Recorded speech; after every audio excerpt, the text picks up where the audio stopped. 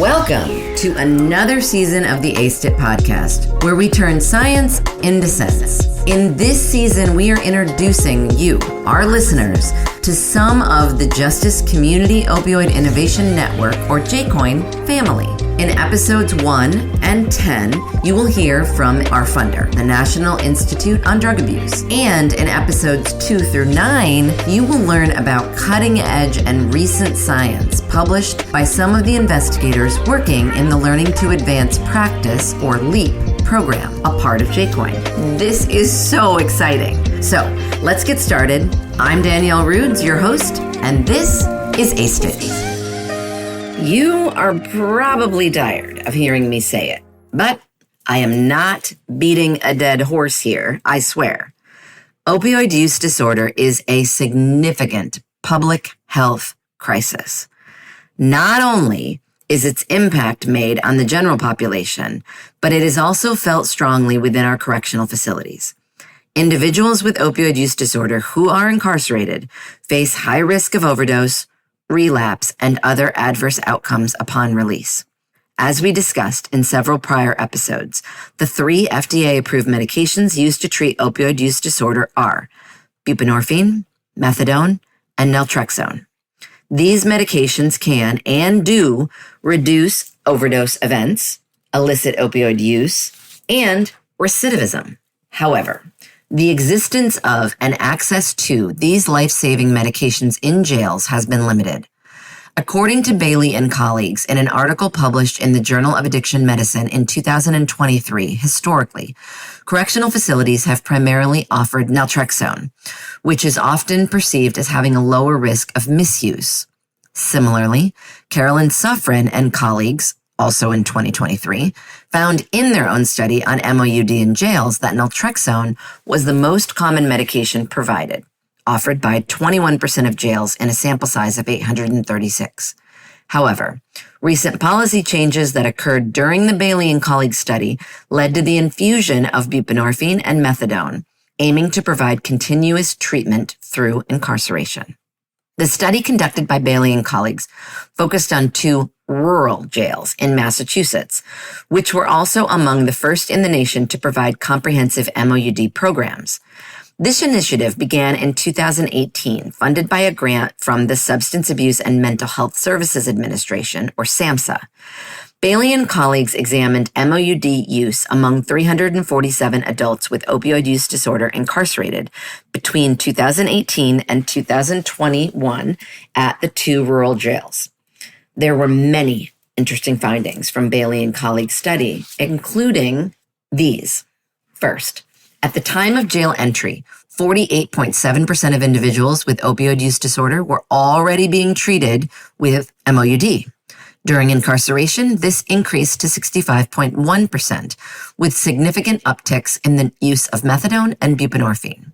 Second, the proportion of individuals on methadone increased from 15.9% at intake to 25.1% during incarceration, and buprenorphine rose from 28.5% to 38.6%. Third, during incarceration, 32.3% of individuals continued with the same MOUD they were receiving in the community. Additionally, 25.4% started on MOUD while in jail, 8.9% stopped using MOUD while incarcerated, and 7.5% switched to a different type of MOUD. Finally, the use of MOUD during incarceration was also significantly associated with having received MOUD in the community prior to incarceration. Individuals who had been treated with MOUD in the community were 12 times more likely to continue that treatment in jail. Wow. That was a lot of percentages I just threw at you there, huh? Well, what does it all mean? Okay, it underscores the importance of providing continuous and comprehensive treatment for opioid use disorder in jails, particularly in rural settings. As Suffren and colleagues found, jails providing MOUD were disproportionately located in metropolitan areas. That was about 60% of their 836 jail sample. This highlights how MOUD being provided in jails does not occur in rural areas, despite the desperate need this population has for treatment. The last point we made from Bailey and colleagues' study emphasizes this. Individuals who had been treated with MOUD in the community were 12 times more likely to continue treatment in their rural jail. Yet, according to Suffren and colleagues' findings, most of this treatment is in metropolitan jails, not rural jails. So what can we take away from this? Well, mainly we can see that the supply and demand are off. Bailey and colleagues found there is a demand for MOUD in rural jails, but Suffren and colleagues revealed there is a lack of supply to and in these jails. The ability of jails to initiate and maintain MOUD can significantly impact individuals' lives, including their health outcomes both during incarceration and after their release. This research highlights not only the success of these two programs, but also the need for further explanation and consistent policies across correctional facilities. Thank you for listening to the ASTIT podcast. We love hearing from you. So if you have comments, topics to suggest, or some science you'd like us to cover in a future season, please write me, Danielle Rudes, at Sam Houston State University. My email is drudes@shsu.edu.